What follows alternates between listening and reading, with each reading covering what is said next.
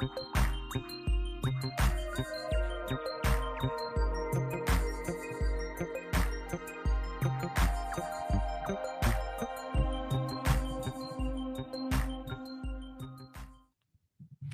everyone, and welcome into the Crowded Booth here on a Monday night. We welcome you in. Thanks so much for tuning in to this live edition of the Crowded Booth. You can catch us every single Monday and Wednesday night throughout the offseason and in-season as we get ready to talk college football year-round.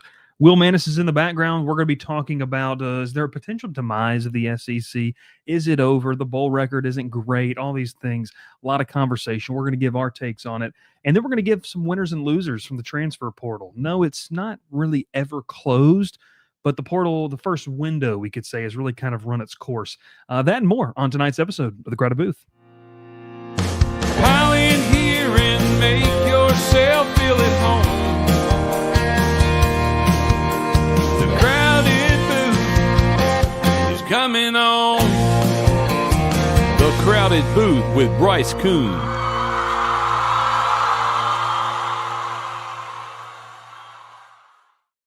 Well, welcome in. My name is Bryce Koon alongside Will Mannis. And hey, you know, the guy that does this for a living decided to get some lighting to not look like he was completely in the dark.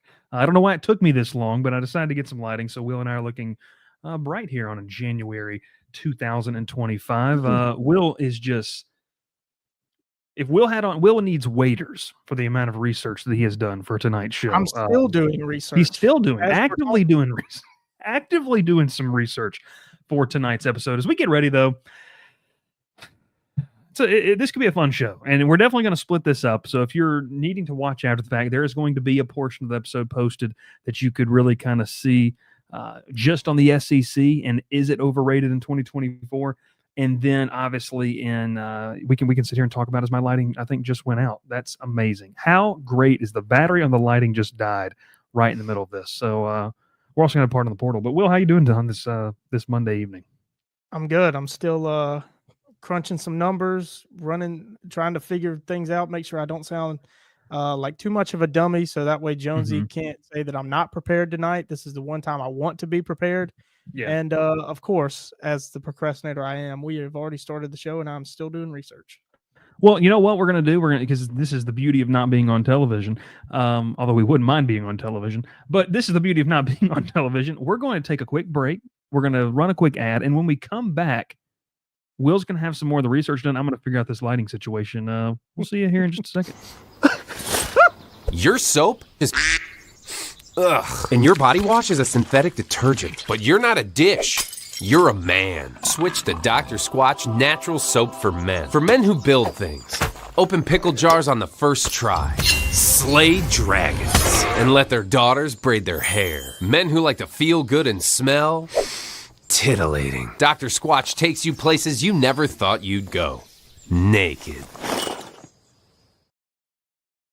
There we go. All right, so I figured out how to plug something in. So I'm good to go, Will. We can introduce the conversation. Relax, TD Jake. I'm trying. TD Jake was preparing the Discord. If you haven't already, make sure you join the Discord for some great conversation. He says to cram those answers, William. Gavin says Bryce got lighting before he got y'all's hats. Fellas and folks, so if people who don't know, we've got a 3-bedroom house here in Baton Rouge. And I've got a guest bed right here to next to me. And just boxes of hats that I've got to get out. I can't take them all at one time. So I shipped out some today. They will be shipped out all by Friday. He says geriatric and Google can't. Yeah. Will is prepared, just underprepared. He said Bill needs more time. An ad already? Yes. And I'll tell you this too. Will and Ralph and intern Gavin don't even know this, but introducing a new partner that we'll be having here in 2025. So it's going to be fun. Especially if you like to get on the course. I'll say that. Bryce is flashing why he couldn't get lighting in his left hand. He don't even realize that he's flashed it, but that's why he can't get lighting. The man can get an Apple Pencil, but he can't get lighting. This was a gift. It was a gift from the wife. And it helps me. It helps my ADD here on the show. So that's what we're trying to do there. Is the new partner, I don't even want to know. Manscaped? No, definitely not. No, you missed the first one. Jonesy is the new partner because he can't type out a one-line comment. Will trying to figure out who's running the wing for the Army. Absolutely. Good to hear the hats on the way. Yes, they will be. I promise you. Apple Pencil, but no hats. They're here. But you know what? And I know they're not a presenting sponsor of the show, but they are of the Georgia Tech Show. Section 103 came out with a nice little line of hats. I don't know if you saw them, Will. They look really cool, like these little script hats because Tech gear sucks. They were kind enough to send one our way. Porch Pirates got it and took it. So brutal. So there we go. Okay. Without further ado, 6 minutes and 40 seconds into the show. Make sure you like the video. Make sure you subscribe as well. You're watching on X. Both of those accounts follow there or on YouTube. Well, we'll start off with this, okay? I mean, we have been big proponents of the SEC. We have talked a lot about how the SEC we have saddled up and rode for the SEC. Yeah. Well, that is true. That's definitely true. We have really stood on business, as Elias would like to say. In terms of the SEC. Elias. Yeah, whatever he did. I don't know. Sam's favorite coach. Cringiest coach in the SEC. I'm glad Sam's in here to hear that. Yes. You get the picture. We're SEC guys. Like that's, I mean, I've covered the ACC. We're SEC guys. Will's rocking the Peter Millar, not hashtag not an ad tonight. But I will say this about the SEC. No matter what we say here tonight, I still believe that week in, week out, it's the toughest conference to prepare for and play in. I think it has the best coaching, over the course of the season. But I have been enlightened in some of my thoughts just about this season, and maybe I pulled my head out of the dirt a little bit on some of these things. So the question of Will, was the SEC overrated in 2024? I don't even like the word overrated. I think that I will say that the conference underperformed in 2024, and we can take this however we want to go with this. I think it starts for me, though, and we can ping it back and forth on this. It starts with the quarterback play, which wasn't great across the country, but I think that was something that was really supposed to carry the conference. And in the SEC, we didn't really see, we didn't really see, top to bottom, the quarterback play that, look, you could argue we're probably going to have, 3 of the top 10 quarterback draft prospects. You were supposed to, and maybe Beck, Ewers, and I know I'm missing one. Dart. Yeah. And then, you could even throw Brady Cook into the mix, and maybe the top 15 type of guy. So you just didn't get the quarterback play that you wanted. And I'm not saying that's an excuse. I say it's a reason why this conference underperformed in 2024. So we'll start it off with that. That's kind of my first point. I think they underperformed, and you could say overrated, but they're underperformed because the quarterback play wasn't even near where it needed to be in this conference. Well, my counter argument would be quarterback play across the country was not very good. I mean, you look at the quarterbacks eligible for the NFL draft. There's maybe 2 of them that have a consensus first round grade. There's been a lot of talk about Shedeur Sanders here. Excuse me, in the last week that there's some scouts saying that they have nowhere near a first round grade on Shedeur Sanders. It's really become Cam Ward and Jackson Dart. I think Jackson Dart has gotten a little bit of that love that's left Shedeur Sanders in the last week and come back toward Jackson Dart. But Carson Beck obviously had a really bad year for Georgia, and then the injury is really going to plummet his draft stock. If you want to talk about quarterbacks and evaluate quarterback play based on NFL draft potential, you look at some of the other ones in the SEC. Jalen Milroe, I've been, very much against Jalen Milroe for multiple years. I'll give you that. You've stood on that for multiple not just years. This year. Yes. I think he's at the quarterback position the best athlete in the SEC, maybe the whole country at the quarterback position. But as far as playing the position, I don't think he's near the top. Nico Iamaleava at Tennessee maybe didn't live up to expectations. My expectations were certainly high for him. And he played all that well for the majority of the season, up and down year for him. But with the bad, you got to talk about the good, the guys that surprised you. Look at Vanderbilt, Diego Pavia. I mean, he was incredible. Vandy, in the context of their offense, he was incredible for sure. Yeah. Perfect fit for that. They built that offense around him, and he had a really nice year. Lenora Sellers at South Carolina really surprised everybody. I think Marcel Reed at Texas A&M in a lot of games, surprised a lot of people. But, I think across the board, it was maybe below expectations quarterback play for the SEC. I'll even throw two more names in there once they really kind of got into the flow of things. Lenore Sellers is going to be one of the bright spots and one of the top returning quarterbacks in the SEC for next year. And then, DJ Lagway is a guy that is on some way too early Heisman list, and what you just saw in a very small sample size in terms of a college career with what we saw in him this year. But to your point, Brock Vandegrift, I mean, the guy retired from football. I mean, like, Will, it's and I'm not making fun of the guy, but no, I'm not either. I'm just highly touted, but he's not even going to play the sport next year. I'm laughing at the expectations that I know me and you may have had for him, and kind of just across the board, just a big miss by everybody on Brock Vandegrift. Another guy that got a lot of praise and actually lost his starting job. We made it 12 minutes. Jackson Arnold, transferring to Auburn, losing the job at Oklahoma. He's going to transfer to Auburn, play 2025 at Auburn. Did not live up anywhere near his high, lofty expectations that he had coming in. So after they forced him out for a Heisman finalist. Who? Remember when Oklahoma forced out a Heisman finalist to start Jackson Arnold. Yeah. Right. Correct. So, no, I think it's a data point that you could look at that. Here's what I'll say to this too. And I agree wholeheartedly. Quarterback play was down across the country this year. I think the problem was this year is that you didn't have an SEC team. And I saw, you have 8 opponents. I saw nine SEC teams play in person this year. You didn't have a team that had like a dominant trait about them.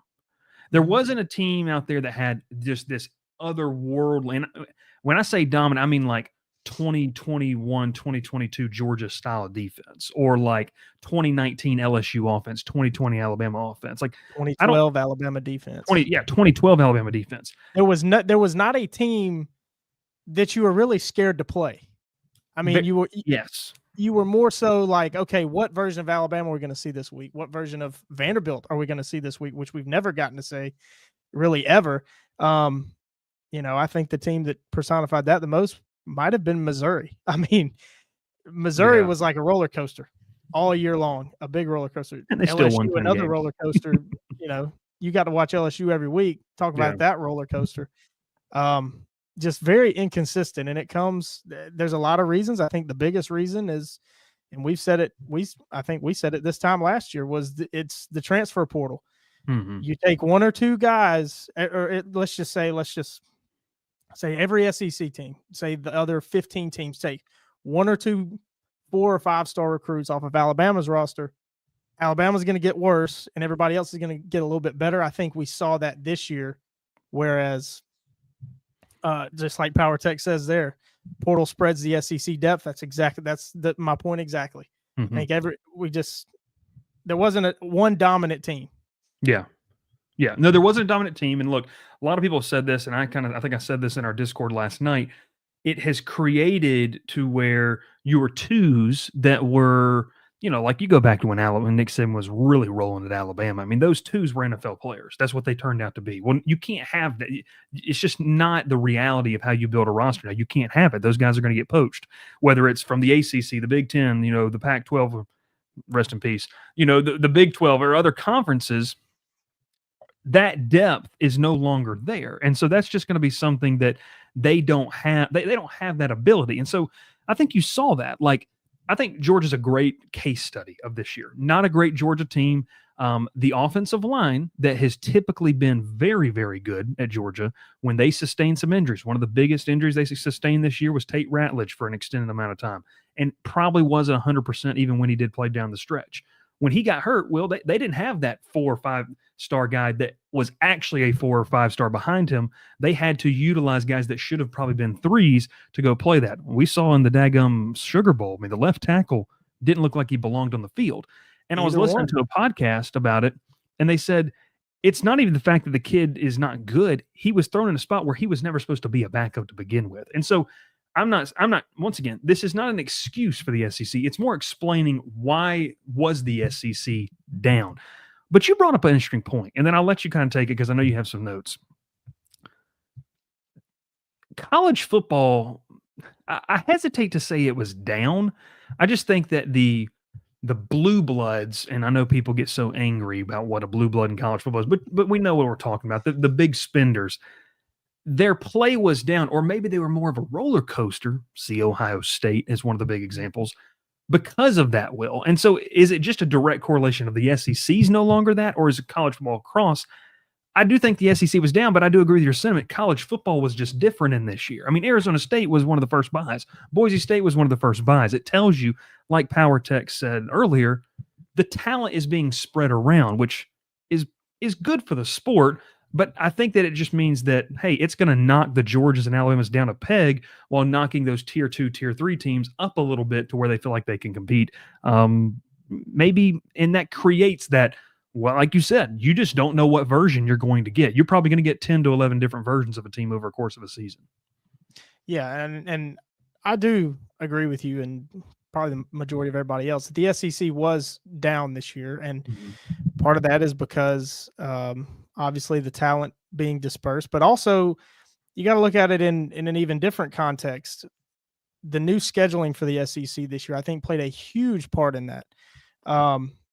You know, when it was East-West divisions, Georgia just could sleepwalk through the Eastern Division to the SEC championship game this year, which, as Kirby Smart called out Greg Sankey after the SEC championship game, and I agree with him that it swung maybe a little bit too much the other way. You know, I think maybe the SEC maybe did have it out for Georgia to make their schedule tougher. I don't know if it's to make it, quote unquote, more fair for everybody else or not, but that's just kind of what it was. Like, I thought Georgia going to play at Alabama was wrong. That's the word I'll use. I don't know if it's the right one. Just because the last time Georgia and Alabama had played in the regular season, the game was in Tuscaloosa, right? I think they should have done a better job of making it more equal. But in the flip side, we could see it very different in 2025 because it's going to be the same opponents, just the locations are flipped. So Georgia is going to have all those tough teams come to Athens. Yeah, and if you're a season ticket holder, good luck. Have fun with that. You're going to pay off some mortgages next year if you want to sell tickets. Yep. So we'll just have to see what it looks like. But I think scheduling has a lot to do with it too, at least for the SEC. But I've got a couple data points here that I think may surprise everybody, and that's why I think that the SEC was not overrated. So I looked at just the top 50 in total offense and total defense. For total defense, the SEC had 12 of the top 50. And in comparison with the rest of the Power 4 conferences, the Big Ten had 8, the ACC had 3, the Big 12 had 6. So the SEC, as a whole, across the board, remember, and you can say as a whole across the board because there are 16 teams in the SEC, 12 of them were in the top 50 in the country in total defense. So the defense was still there in the SEC. Could be back to our point earlier about quarterback play being down. Yeah. Is that a result of lack of talent at the position, or maybe defenses were just better in 2024? And then, you know, the Big Ten, you would expect the Big Ten to have the next most at number 8. I was a bit surprised to see the ACC only had 3 and the Big 12 had 6. I figured that would be flipped for total defense, but you know, you can turn it on the flip side and it'll make a lot of sense when I tell you the top 50 in total offense. The SEC had 9. So the SEC, to me, that shows the SEC is still the best conference in the country. You got 12 of the top 50 teams in defense, 9 of the top 50 in offense, compared against the other conferences. The Big Ten had 4. The ACC had 7, so some really good offenses in the ACC this year. Makes sense why their total defenses were probably only had 3 in the top 50. And the Big 12 had 9. Counter argument, the Big 12 may have been better than the SEC. But a lot of fun. The Big 12, I think we've said a lot. The Big 12 is a fun conference. And it's a complete bloodbath. Those numbers back that up. But for the SEC to have over half of their teams in the top 50 in total offense and in total defense, that shows me that the SEC was still better than any other conference. I think, you know, obviously I say it all the time. Numbers don't lie, but they don't tell the whole truth. You watch SEC games this year, a lot of them were pretty ugly. And, you know, I watched 12 ugly ones for sure watching Auburn. But I don't think you can argue with that fact there, that 12 of the top 50 in total defense in the country from the SEC, 9 of total offense were from the SEC. Better than anybody else. The only conference really that I think you could make an argument that was as good or better would be the Big 12. I think even you couldn't really say that about the Big 10. And I think the SEC and Big 12 not nearly as top heavy as the Big 10 was. So I would actually, if we want to rank conferences, would rank the Big 12 as number 2 in 2024. I think too, and to your point of what you just said, I can hear the immediate counter of, well, will they play that extra cupcake game because they don't play 9 conference games? And really, truly, how much is that one game propping up the whole? I mean, I'm not trying to say that's wrong. I don't know. Like if you just look strictly at interconference schedule, I don't know like how much that would truly prop up what they're doing. Like the Alabama Mercer game, does that put Alabama in the top 50 where if you take it out, now they're like 74th? I don't believe that. Another one, just looking at raw winning percentage, the SEC was number 1 with a 615 winning percentage. Big 10 was 2 at 578, Big 12 3 at 552, and ACC at 4, 539. So total offense, total defense, and win percentage, the SEC was number 1. TD Jake says, most people, myself included, don't like the free bye week game before rivalry weekend, though. I completely understand. It's not always the free bye week. It's not always a free bye week. Alabama ended up handling Mercer, but we talked about it before that game. Mercer was one of the best teams in the FCS. So, yeah, they are FCS, but it's not like they're playing a high school team. Yeah. So it's not always the case. Auburn is definitely inflated with Alabama A&M on the schedule. I think Will would agree with that. Nick brings up a good point. He goes, don't pin my comment on there for everyone to see. Nick, I really didn't. I'm so sorry. I apologize, Nick. I literally was reading that as I put it up. He says, but I do understand why the SEC is rated way higher. They have all the talent, stars anyway. Blue chip ratio does matter, but we are starting to see more parity. He then goes, I'm going to have to keep up my appearance for the ACC, folks. I'm so cooked. It is. I think that it introduces something interesting. Dev says we also have to consider that the SEC plays 4 non-con, and the ACC does too, but they also play Notre Dame.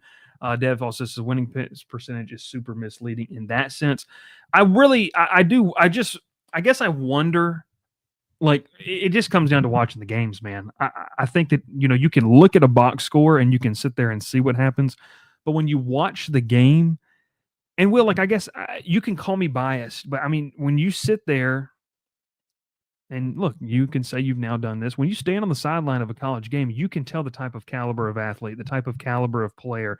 You can see the coaching and you can see these things that I'm not sitting on a high horse and telling fans they don't understand. I'm not saying that, but it's just a different viewpoint, if that makes sense. And I think that you have to be understanding more of that viewpoint. You don't even have to be on the sideline. I mean, Dev's point. I was at the Notre Dame Georgia Tech game. There was 2 different classes of athletes on the field that day. And that was in the stands, but you're right. You get on the sideline, you really can tell. And I think we said this after the ACC title game.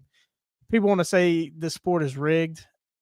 I don't know how you rig it, to be honest with you. I mean, obviously officials can affect the outcome of the game, but to have the trust that 18 to 22-year-olds, or I guess now you can say 18 to 28-year-olds, it's ridiculous.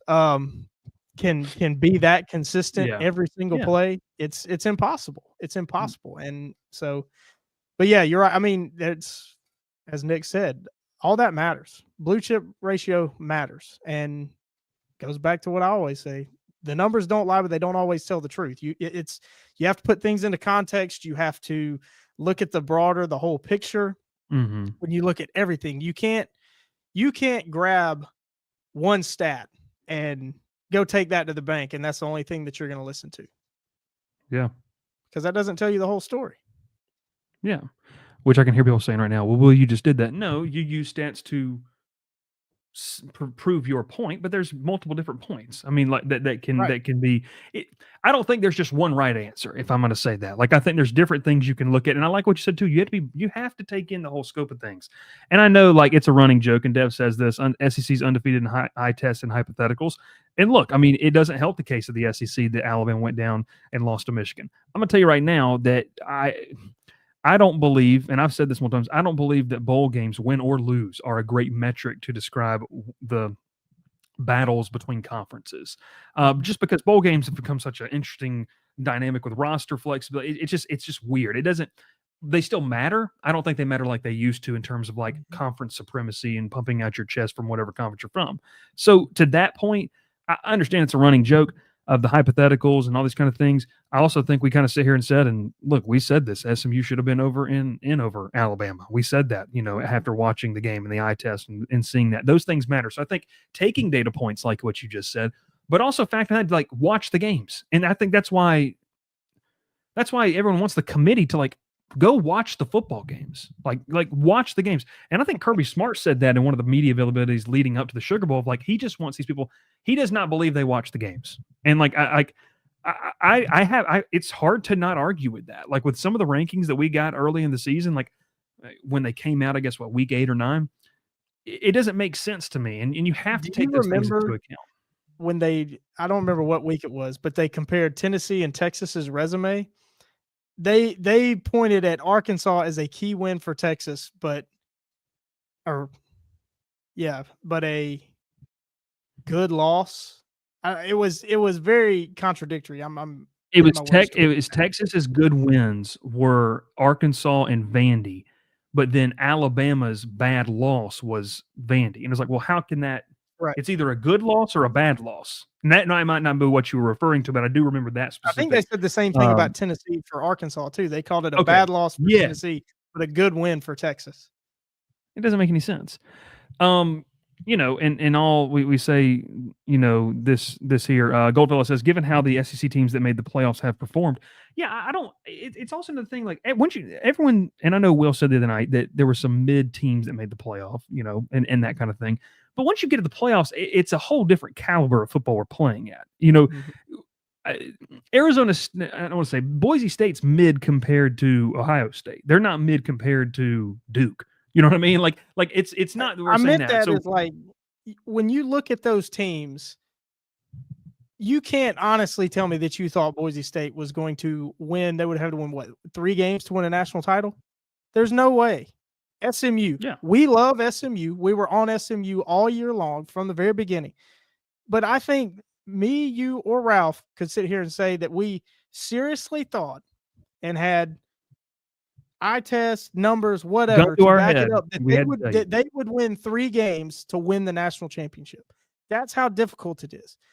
I think, and a lot of people think this, and I'm one of them, that there were other teams that did not make the playoff that had a better chance of winning 3 games. But there's all kind of nuances. Do you want to go down these roads in the future? Because at the end of the day, you win your games, you should be in, right? Regardless of if you can win the national championship. If you can go, like SMU, go 12-1, lose your conference title game, you should be in. You've earned it. You have earned the chance to play. But did you really think they would win the national title? I think that is ultimately the question. That shouldn't be your first question. That should be the last question. Do you think they can actually win? Your first question should be, what did they do to deserve the chance to play? Yeah. Well, and man, that just opens up a whole can of really like, what are you really wanting in this playoff? Exactly. Do you want teams that really can win it? Or do you want teams that, earn the right to be there, but maybe they don't really have a chance to win? BCS guy saying this. Yes. Yeah. No, that's fair. That's fair. I will say this, and Dev does. I don't know if Dev's behind because we've said some of this. It's so hard for teams to hoard talent. Completely agree. I will tell you this. I don't. I think that the powers that be are going to figure this thing out. I think this is a blip in the road. That's just my personal opinion. This is a blip in the road, and they're going to find the next advantage, whatever that advantage might be. But there's going to be an advantage that the SEC and Big Ten find. And let's round it out with this. Here we go. David Floyd. Well, I want to get this. SEC is very overrated. BYU and Iowa State would have been better than Clemson and SMU. Well, they're in the ACC. So, all respect to you, David. It is what it is. Goldfellow says, what was the comparison of records when the conferences played each other during the regular season? I legitimately do not know. I don't know. Gavin said it. The SEC was 11-3 versus the ACC. So that's regular season record against. Okay. And I'll tell you this too. I personally will, if I was building an argument, I would not use that as a data point to prove conference supremacy. And that might sound crazy to people, but it's like those are one-off scenarios. You know what I mean? It's just I don't feel I'd rather use the sum of the whole facts type of facts instead of just one-off scenarios. I feel like bowl game records are one-offs, and I feel like that is a one-off. So I would not use that if I was arguing. And also look at it like, even to jump into their conversation, Goldfellow says it here. Gavin, what was it versus the Big Ten? Obviously, the SEC was better than the ACC. SEC, ACC games are a lot of in-state rivalries, and we know how those games go. The underdog normally plays up in those games. So, again, I don't know that you can live by that record to say which conference is better than the other. Yeah. Well, and I'll end it with this, and then I'll let you give your final thoughts if you want to, and we'll move on to the portal stuff. This is why I encourage people to watch the games because and understand the context around the games, because I think it's very easy. Like, I'll say this, I don't think Arkansas was a bad loss for Tennessee. I think once you understand, you have to take some context into it. I know this is a one-off point. I don't know if Sam is still in here. Walking into Arkansas after this, though. Yeah, well, I don't think that was a bad loss for them. You have to understand, you're walking into a raucous environment. You're walking into a place where they still feel like they've got a chance. They've been rejuvenated under Sam Pittman, feel like maybe, hey, we can make some noise. And they had a pretty good football team. And should that be a bad loss because Tennessee went on the road in the SEC? Like, you have to kind of understand. And once again, I'm not going to sit here and say that, well, if you can't afford to go to games, then you just can't have a take or understand football. I'm in no shape, way, or form saying that. I think that is, like you said earlier, Will, if you're really going to try to build an argument for this, you have to understand all angles, understanding the context of where you're playing the game, who's playing the game. And like what you said, I mean, look, some of these teams are going to play up, and look, for your mental health, we don't have to go into this. But historically, Auburn has played up to Alabama when they play it, regardless of the record. And so it's just one of those things, understanding that context. It has to be put into that and built into that. That was conversation some friends of mine had today. It was in response to Malachi Moore announcing he's going to the draft. Somebody commented about how he's undefeated against Auburn and all these other things, but it's or it was actually a dig at Bill O'Brien saying he wasted that would have been 2021 offense with Gibbs, Bryce Young, and then they named some defensive players. But the point was, like, Auburn took that team to 4 overtimes, and that Auburn team in 2021 was 6-6 and nothing special. Bo Nix was hurt, didn't play. Just TJ Finley, and that's to your point. Auburn plays up. That's an all-time historical Alabama, not just offense, but team, especially offense. That defense was really good too. Yeah. And Auburn, who was 6-6 and not very good, took them to 4 overtimes. So, or was it 2022? TD Jake says 2022. I can't remember which year it was, but either way, historically good offense against a bad team on the road. So the SEC is just a different animal, I think has got to be the gist of this discussion. Going on the road to a 6-6 Virginia Tech. I don't want to say Virginia Tech. That's a cool atmosphere, and they pack that stadium out even when they're bad. Going on the road to a 6-6 NC State isn't the same as going on the road to a 5-7 Auburn. It's just not. You could say 5-2 Miami.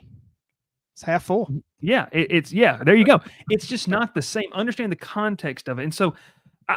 To round this out, it's been a very long conversation. I hope if you have any more thoughts, you can add it.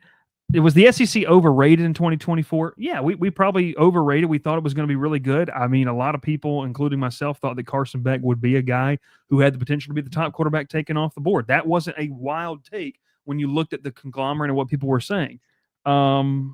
I said give him the Heisman after that Clemson game. You did. That is true.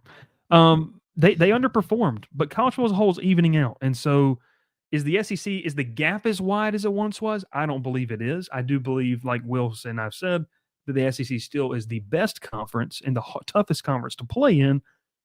And kids, and here's a good segue, Will, if you don't have anything else. That's why a lot of kids are trying to make their move into the SEC with trying to latch onto a team in the portal. So is that all you got? That's all I got. That's all you got? Let's talk about portal. Okay. It's portal season. It is portal season. And it was funny today. We had our 24/7 sports transfer portal show, and I hopped on for a little bit and talking about it. And they had me in the background. They had some of our national people talking, and Chris Hummer, who, if you follow the portal, you kind of aware of, this is the guy who like feels like he knows everybody type of thing. And he was just talking about, like, it's never really over. Like, we just need to be real about it. Like, you're going to have more staff changes that happen in January and February. Every single time a head coach leaves, there's the 30-day window. So it's just going to be one of those things where, you know, it's never really closed, but we're just going to talk about early portal window winners. Portal. Or early portal. So I'm going to give my winner, and maybe it's not a surprise because of what we just talked about for 30 minutes, but it's a team, Will, that I know that I cover, but He's biased.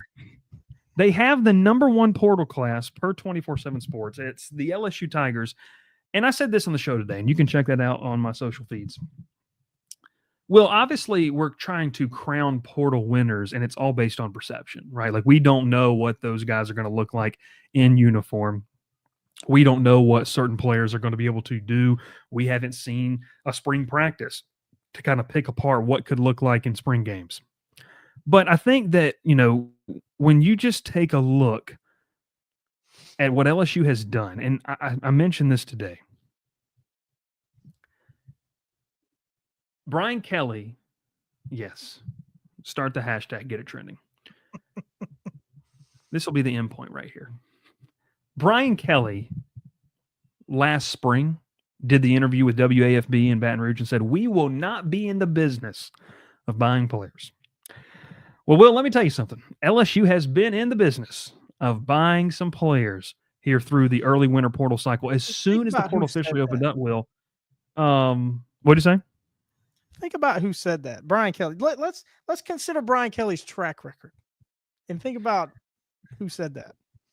Well, I know some people actually, I will be honest with you. I do know some people who are inside that building that actually do tune in this show. So I'm not going to, just throw it out there. I'm not going to ruin the relationships, but you can respect that. That's how I make my money. I can respect that. You don't want to get executed. I get it.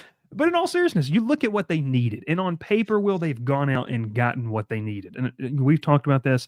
It's a defense that was absolutely better than 2023. Still has a lot left to be desired. They go out and they get some guys on the interior offensive line. Will, we talked about it all year. It kind of felt like it was an overrated group in what they had. They go out and get Josh Thompson and Braylon Moore, two guys from Northwestern and Virginia Tech, respectively. More guys that can put their hand on the ground and run you over so they can get that run game going to help out Garrett Nussmeier. They go get a guy that I was very high on coming into the season in Patrick Payton out of Florida State, who was a guy that they had to pay a pretty penny to get. His first year without having Braden Fisk and Jared Verse it wasn't a good year and for anybody in Tallahassee. But the hope is LSU was able to take two guys this past year. They were able to turn both Braden Swinson and Savion Jones into NFL draft picks. Could Peyton, with 1 year, realize that potential? And then obviously, the big one, and I'll talk about this team in a second. You look at the receiving core, Barian Brown, Destin Hill, but Nick Anderson. I mean, LSU, we talked about, they couldn't replace this past year. If they could not replace not having Brian Thomas and Malik Neighbors. And look, few teams could. And we've seen those two guys have done in the NFL. But they go out and get guys to where it's like, you know what? They've had some production. Nick Anderson being a very big 6'4", 215-pound receiver from Oklahoma who had a spectacular freshman campaign 2 years ago. They filled needs. Mansour Delane from Virginia Tech. They filled needs. And when, look, I created at the end of the season, I said, hey, here's the big board. Like, this is the positions you have to go get. And you got to get multiple there. Well, look, people were complaining, Will, after that interview that Kelly had last year about not spending money, and it was a concern. I told you it was a concern for me about this team in 2024. Well, at the very least, and I saw someone say it earlier, I want to go back to it. Brian Kelly can't afford another year like he had this year. He's going to go down swinging. And at the very least, I think LSU fans have to be excited about that. They've got to be happy about that. Now, whether it pans out and results in a playoff appearance, we're not going to know till we get on the field, next fall. But I think for the very least, this is a team who has won the portal in terms of the mindset you have to have, and they needed to have after a season that was disappointing in every single aspect. So you get your quarterback who we'll have a conversation later in the spring about it. Might, in my opinion, could close to being the most talented returning quarterback in the SEC in Nussmeier. You got to help them out, and hopefully they did that. So that's my winner, Will. You don't have to talk about it if you don't want to. You can move on to your winner if you'd like. But I think LSU has won just with the fact that they have checked out nearly every single box that they needed in terms of needs on this roster for the 2025 season. Yeah, absolutely. I just had two things about I guess really three things, three players. I think getting Michael Van Buren to come in and be the number 2 quarterback is a coup, and is almost to Kelly's point of we're not in the business of buying players, because he is a guy who definitely had better offers to go elsewhere. Yes. That's for sure. So to be able to get him, it shows, and that he to me shows why it's so important, why recruiting is still so important, and being able to establish relationships with players, because you never know what's going to happen, and not everybody's just chasing the largest check. So, kind of restores some faith in me in college football to know that there's at least one guy out there not just chasing the biggest bag. Mm-hmm. A guy that you didn't mention that I think is probably going to have a big year, especially with Whit Weeks unfortunately getting injured in the bowl game, maybe affecting the start of his season. Maybe we'll see. Yeah. Jack Pyburn from Florida. He's a guy I like a lot. I like him a lot. He's a dude. As Gavin would say, he's got dog. Got dog in him. He's good. And some guys that maybe aren't coming back. A big one in that secondary, Sage Ryan. I think that makes you a winner. But like Gavin said, where'd it go? Where'd he go? Here it is. If they get Keontae Scott, anything they have done goes out the window. He is, folks, Will, he is 15 minutes away from where I'm sitting right now. So that's all I got to say. No, Keontae Scott, decent player. Well, and the way that LSU would utilize him is not the way Auburn would have to utilize him. That's absolutely the big difference. But absolutely. Yes. So, but Sage Ryan was, maybe we'll have to see how Ole Miss uses him. But maybe to your point, maybe LSU wasn't using him correctly. Yeah. But he was picked on a lot in the secondary, and for him to find somewhere else to go play, I think is a big win for LSU. There's another safety that also won't be on the roster next year that I think Ralph is especially excited. I was going to save that one for Ralph. Unfortunately, he's not on tonight to talk about him.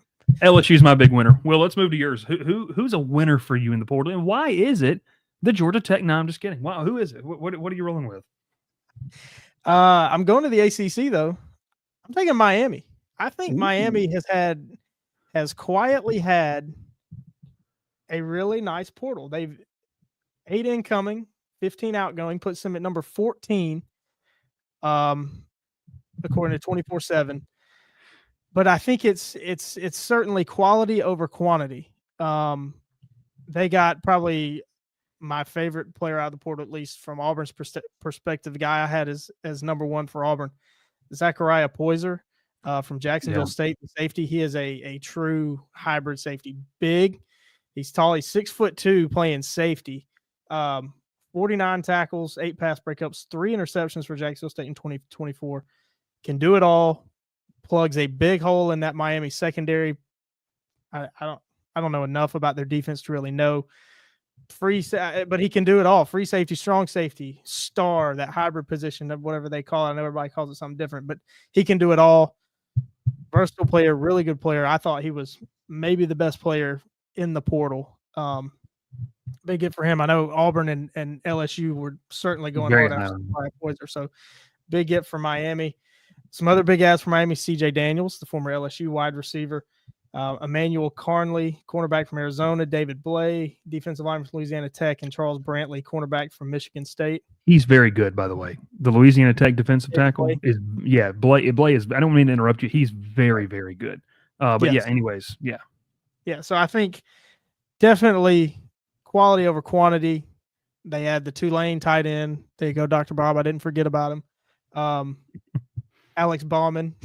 He's good. They got James Brockermeyer, too, from TCU, a guy that's been around the block a little bit. Started at Alabama, then at TCU. But 15 losses, some of them are going to be big. Antonio Tripp, a big offensive tackle, now going to Florida, going to FIU. AJ Allen, a running back, he was a 4-star. Undecided, has not announced where he's going to go. Robbie Washington, a cornerback, he's also undecided. And wide receiver Isaiah Horton going to Alabama. Big loss there. CJ Daniels, you think May can fill that hole that Horton's leaving. But I think a great class. You know, obviously Miami didn't finish well. That's kind of been the story for Mario Cristobal. Has not been able to finish out a season. But I think he did a really, really good job of adding quality pieces. Don't know quarterback, but, you know, it's the first portal window, so maybe they'll be able to get a quarterback. They can come in and play right away and fill Cam Ward's role, but it leads me to think that they have a lot of trust in their guy, and his name is slipping, of course. I didn't do enough research, obviously, Jonesy. Sorry about that. That played a lot of that Pop-Tarts Bowl for him, but Emory Williams is his name. Emory Williams. Yeah. That's right. You know, and a lot of people have said they feel really good about him, so maybe they feel good about him. They don't need to go get a quarterback, but I really like their class. I think it's eight guys that are really going to contribute and play a big role for them. You know, I think it's interesting too, Will, and wanted just to add this on top of it because, and I see it come right there. Nick says it's Blay D or interior. And I think that's why it's a big get because you don't see a lot of guys that are productive really hit the portal at the interior defensive line position. So I think that's Blay is listed at 6'4", 303 pounds, and a 4-star transfer rating. Space eater. Is that what that guy is? Very good. The only thing I wanted to you know, you look across the ACC, you may have a couple guys that are that size, but don't have the production that he does. He kind of brings both. Which may help separate Miami. It may not. Yeah. We'll see. They don't have the track record to show that it'll separate them. Well, and look, and here's the thing, though. I mean, we talk about it. I know people are joking in the comments below, but like, you know, we always talk about this with Miami being a winner. But, you know, Miami's a winner and Cam Ward's a winner because Cam Ward got the platform to play at Miami, and Miami won some games because of Cam Ward. If they didn't have Cam Ward, I firmly believe, they probably would have lost 1 or 2 more games this past season. So, look, if your ultimate goal, and we can, you know, you got to understand the difference between just fan fodder on Twitter and, you know, the actual realistic expectations. Miami wanted to make the playoff. They're a game away from making the playoff. In all seriousness, they probably would have made the playoff if they don't lose to Syracuse. So that's how close they were. Cam Ward got them there. Now, I think the biggest question mark, like you said, is probably quarterback. Is it going to be Emory Williams? Are they going to go get a guy? They swung and missed on John Mateer, who's headed to Oklahoma. Kind of felt like everyone saw that one coming with his OC moving there. So I don't know. Interesting stuff to kind of just monitor. But I do like it. They can overcome the losses that they had in the portal. And I think they're doing a good job with a quality, not quantity, unlike Ralph's Troy Trojans. But yeah, you want to go first with your loser, and then we'll round it out. I'll go first. I'm going USC, the Trojans. 7 incoming, 21 outgoing transfers, and quality guys too. Okay, come on, 24/7. Show me where they're ranked. Why are we being slow? Ranked all the way down at number 41 in the country, transfer rating. And I got a lot of thoughts about this. I think that this is very concerning for USC. Obviously, they lose a lot. I'll start with the incomings.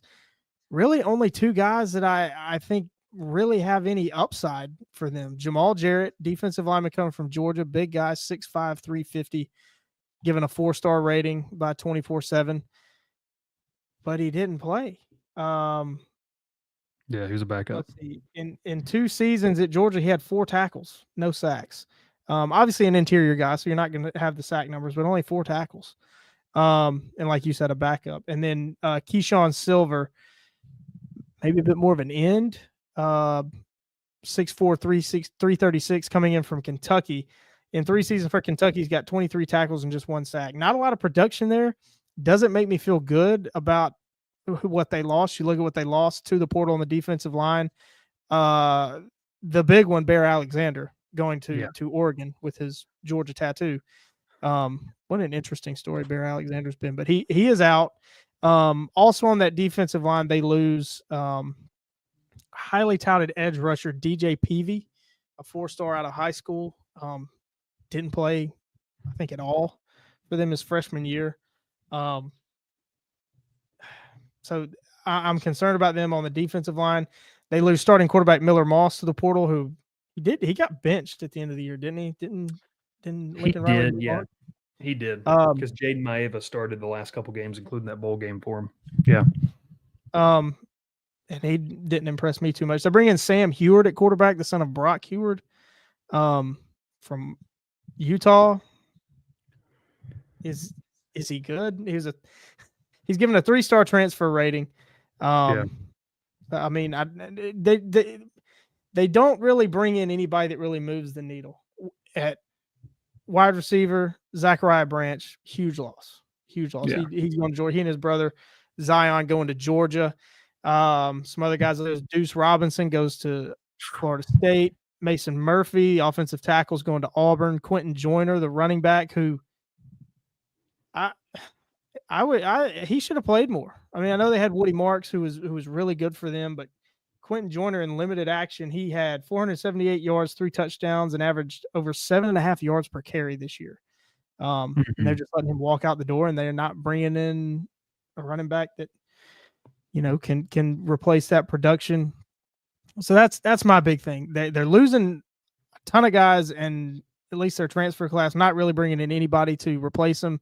And then the last guy, Emmanuel Pregnon, 4-star transfer rating, offensive lineman, offensive guard.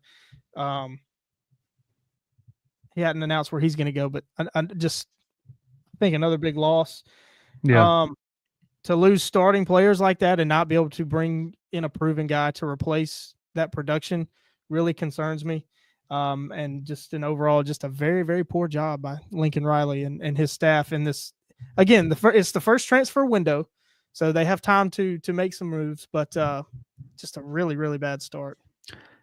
It's a bad start. 6 of the top 75 players per 24/7 Sports that are in the portal are from USC. There's only one team that's worse, and I'll talk about them here in a second. But no, I agree with you, man. I mean, I think it just comes down to the fact that I don't know if they can replace this. And you're talking about you lost some really good players off a 7-6 team. You know what I mean? Like, you're going to have some really good internal development, some really good internal growth from both the staff, new defensive staff that came in this past year, and then obviously some of the players to really make a difference. So, man, I just peered over the comments. Wild time. All right, let me get my portal loser, and then we'll get out of here. So, right, I'm not supposed to laugh. Sorry. That's fine. Don't laugh at everyone. Will's portal loser is the USC Trojans. I'm going to just go back to the SEC because, look, we love the SEC. Bryce's portal loser is the Oklahoma Sooners. Will, I told you that it was just only slightly worse than what was happening over in L.A. because at least they have nice weather and no tornadoes out there. Oklahoma, okay? Let me get to my notes here. Oklahoma signed the number 1 portal player, okay, in Mateer. And it makes sense. I mean, like, you may not think he's the most talented player, but the fact that you're going to get him with his OC, who he had a good year with, it makes perfect sense of why you would think he's the number 1 player. The next 9 out of the next 11 players on the 24/7 Sports transfer portal list are Oklahoma Sooners. So you have lost, in terms of the portal, you've lost 9 top 10 players.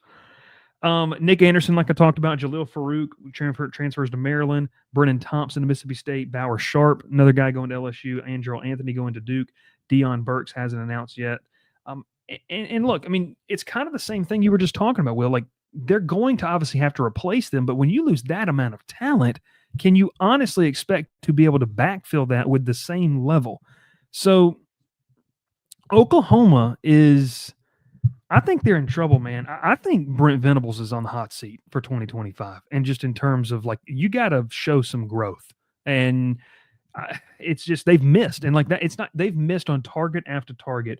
Well, they had an offense, by the way, that ranked 125th nationally in yards per play, and you have lost your quarterback. Okay, you didn't have any of your receivers, but you lost the guys that could have been healthy. You lost the guy that you force fed at tight end in Bauer Sharp, and I don't really know like where you're going to get I just don't know what they're going to do. And look, we got made fun of last year for saying that we didn't think Oklahoma would be do that well. People called us morons. Not the first time. They have only signed one lineman, and it's a guy from Western Carolina, Derek Simmons, and he's the only player. Get this. They only have 2 players signed in their current class that rank in the top 50 at their position. They're not backfilling. They're just missing. So, I mean, I don't know. And Nancy asks, what's going on at Oklahoma? I genuinely don't. I just don't think there's an identity. And I think they have entered the SEC with no identity. And that's concerning, especially when you have a head coach who has been known for his identity as a coordinator for so long. I think Oklahoma's in trouble. I think they're right, and they're reeling right now in the portal for me. Oklahoma still had a really good defense, so I think their identity is definitely in their defense. I think offensively, Jeff Lebby leaving to be Mississippi State's head coach, I think, has really hurt them on that side of the ball. Obviously, Brent Venables, whether you really think it was a miss on the hire of Seth Luttrell to be the OC to replace him was really a miss or not, it didn't work out, right? Yeah. So at the end of the day, it didn't work out. They were really bad on offense, and I don't think that's all Luttrell's fault. Like we said, they were having to replace 5 offensive linemen, coming into this season, and so it just kind of derailed everything. We'll have to see. New OC, new quarterback. We'll see if they can have some production on offense. If they had any production on offense, you're looking at an 8, 9, maybe even 10-win team. That's how good that defense was. And also considering their schedule, there was certainly some games that they could have won if they had a better offense. That's my loser. I did want to get to this one, Will. I want to give one winner and one loser just as an honorable mention. Loser, and it's just so sad, Marshall. I know I was texting you guys about it. I mean, Marshall has undergone the triple threat, and it's not just the normal picking that comes from being one of the better, group of 5 schools. They obviously win the Sun Belt Conference, so you're going to have guys taken off your roster. You don't get your coach back, so then that's going to happen. And then, by the way, your coach leaves to go at another school in the conference where they ended up losing 41.4% of their roster to the transfer portal. They had good players leave, and 14 players, including their starting quarterback, starting corner, and then another starting quarterback. So the 2 starting corners and their really good quarterback are going to be suiting up for Southern Miss in Hattiesburg next year. That's brutal, and I hate that for as a fan of the Sun Belt Conference. I can't stand that for Marshall because it just feels like you can have one good year and then you can't really stack good years as a group of 5 team. Another good one. This is going to make some people laugh. Texas Tech, and it's not just because of Romello Height, but Texas Tech is spending some money, baby, and no doubt. I like what they've done in the portal, to be honest with you. They're doing some things, and I don't know what it's going to mean, but I think what it does tell me, and I'll end it with this and go to you. Texas Tech realizes that preseason rankings mean nothing after watching the Big 12 this past year, and so it's kind of like a why not us approach. Why not? Let's just see what happens. Just go out and get better. I think that's their approach. Who cares what we've got? If we think we can get better, we're going to go do it. I'm gonna say 2 losers because I saw a comment and I should have started so I could get it. Nick says, "Why is Michigan not considered his biggest loser? Haven't they lost a billion things?" I'm gonna say Michigan's a loser, because I think they've brought in 6 and 19 outgoing. I think something like that. But I think the 6 they brought in been pretty good. It can come in and play right away. And also there was just like a fog over Michigan this year, a funk. Yeah. Let me emphasize the N. There was just something wasn't right. I think this is maybe like, let's get out some of the dead wood and bring in some new blood, some new energy, try to get things turned around. Cause it was a really disappointing year after, winning the national championship game. I know there's more to that story, but I think that's kind of a lot of that thinking, at least from where I sit. My other loser's got to be Alabama, Mm.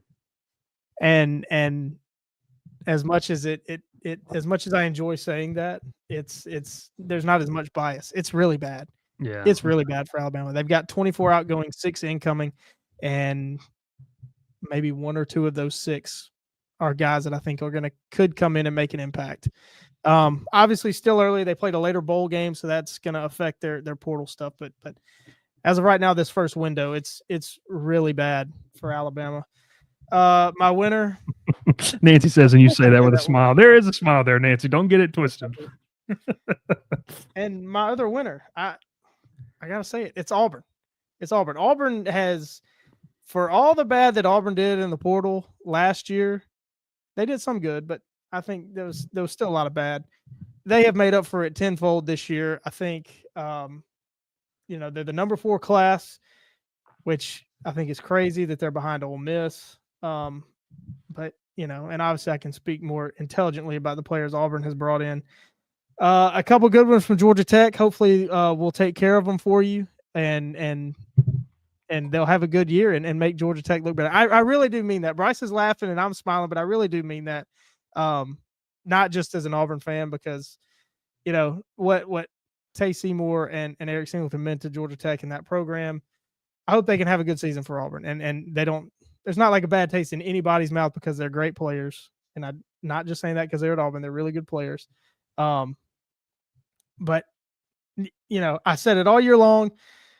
Where's the offensive line? Where's the offensive line? Where's the offensive line? Hugh Freeze and his staff have gone out and worked to correct that, bring in 2 of the best offensive tackles, Xavier Chaplin from Virginia Tech, and like I said earlier, Mason Murphy. Just doing a really, really good job at filling some big holes on the roster at all positions. So Auburn, definitely a winner in the portal. I mean, you'll have to see, obviously, Jackson Arnold, like what does that do? But I'll say this about Auburn, Will, it's a make or break year for Hugh Freeze. You and I've talked about that. Yep. They've spent. So now you can't be mad at the fact they haven't been aggressive. Now we got to see how it plays out on the field and spring ball and everything in between. I'll say this about Jackson Arnold. I think he's going to have the exact opposite of what he had in Norman. I think he's going to have every resource available. I don't think he had that. I know he didn't. He didn't have They had like 10 receivers out. They were playing with little walk-ons at one point. So it's a roster with Horatio Fields too. Also, Eric Singleton. I was talking with someone today, and I'm going to say this. Cooper Patagna, 24/7 Sports national analyst. I was texting back and forth with him today about Eric Singleton. I said, just give me your thoughts. He goes, it's a guy that can line up anywhere and create from anywhere. You don't find guys like that often available. If Hugh Freeze is any good at all at calling plays, Eric Singleton's going to have a big year.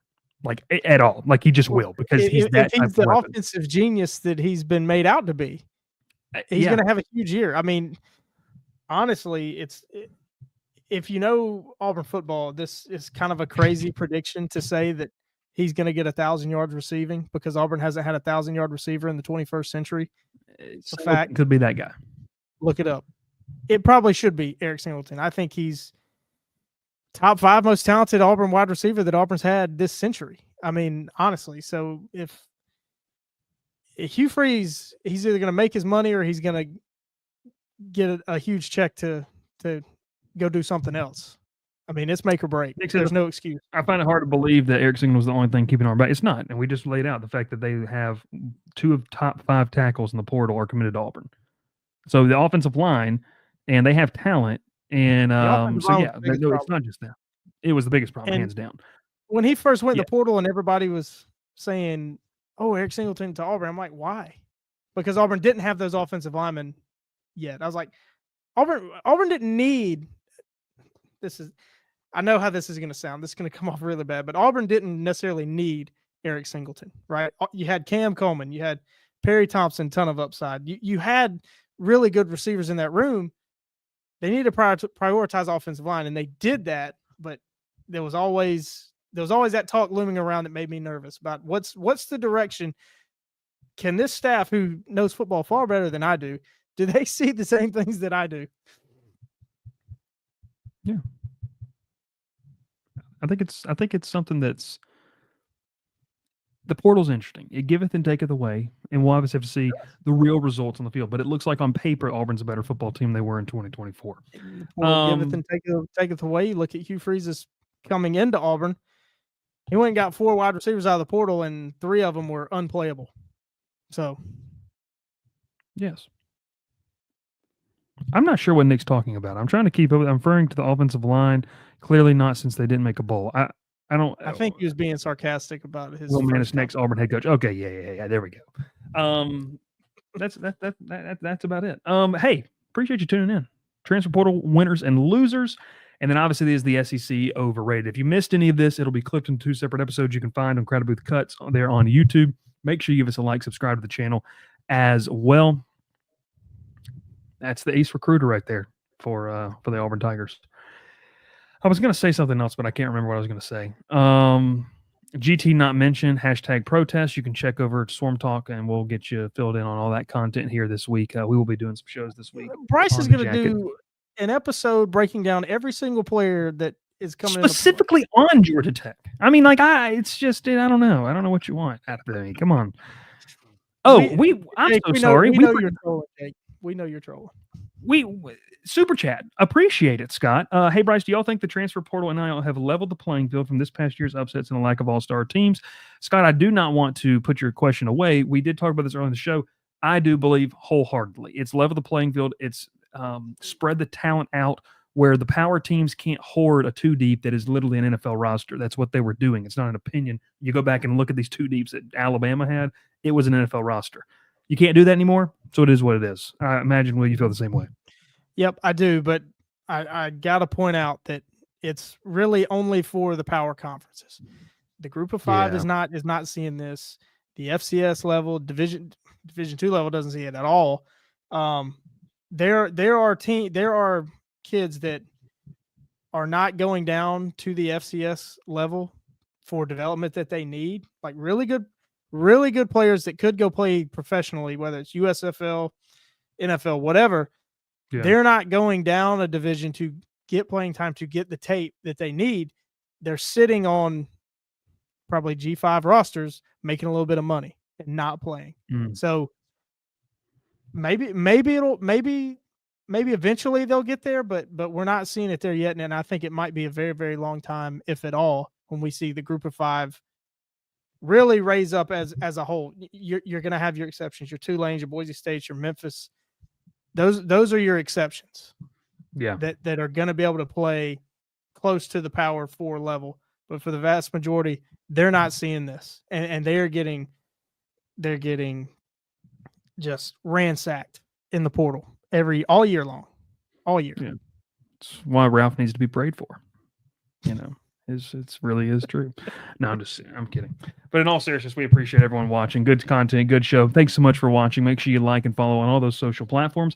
And we'll catch you again live on Wednesday night for a full preview of the college football playoff semifinals. It's gonna be interesting. We'll see how it goes. Gavin just throws this question in here as I'm wrapping up the show. Do y'all see some G5 schools doing like VCU in basketball and paying players directly? I want to say this, and I want people to understand this too. I was going to talk about this on the Georgia Tech show, but here's my last point, and we can go a little over time. It's okay. We already have. So for people who don't know, we expect this next summer for revenue sharing to become a part of college football. Think of it as, and I'm trying to think of the correct financial term for like us common folk will, but think about the fact your vacation days, they don't roll over. You have to use them, or you lose them. That you're seeing a spike in money in terms of what these schools are paying because collectives will effectively kind of go away in their current form once revenue sharing comes to college football. So they have to spend this money because then they can't utilize it. So that's why you're seeing some crazy figures. Like if it's true that Auburn paid their quarterback, Jackson Arnold, $2.5 million, people might say that's crazy. Well, if Auburn has $25-30 million to play with, and I'm just making up a number, they've got to overpay to spend it because once revenue sharing hits, it's gone. So that's why you're seeing some crazy numbers come out right now because, like I said, once revenue sharing happens, it is. So to that point, I think we are going to see that because revenue sharing is going to happen and schools are going to be paying players directly. That's why, though, the explanation of why people are saying, well, why is so-and-so getting so much money? Like a lot of people had a problem with that with Eric Singleton. Well, it's because, one, he's He's actually really, really good if you pay attention. And then 2, if you have that money to throw around, you have to do that. So that's why that goes away. So you have to spend money. And that's not just a year-to-year basis. It's because of this introduction of revenue sharing. You can no longer have collective money. It has to be funneled throughout something new. Now, I don't know how that's going to necessarily break down and work. We're going to learn more this upcoming year. I said next year. Good guy, we're already in 2025. But that's that. So, I don't know if you had any thoughts on that, but that's something I've learned more about recently. But that's an interesting thing of why maybe some of these numbers are so inflated with what we're seeing in this portal cycle. Yeah, I mean, you said it. I've seen a little bit of news trickling out from your national types, reporting on this revenue sharing stuff, and that's definitely what it looks like. And unfortunately, it is becoming full-fledged professional football, which, not a fan of, but got to live with it. Got to live with it. We'll hope to live and see you another day. We'll see you on Wednesday night. Talking college football will be a lot of fun. College football playoff previews, the semifinals are going to be a lot of fun. We'll catch you there on Wednesday, 7:30 Central, 8:30 Eastern. Make sure you like, subscribe. Will Manis. My name is Bryce Koon. Thanks so much for watching. We'll talk to you later. Pile in here and make yourself feel at home. The crowded booth is coming on. The Crowded Booth with Bryce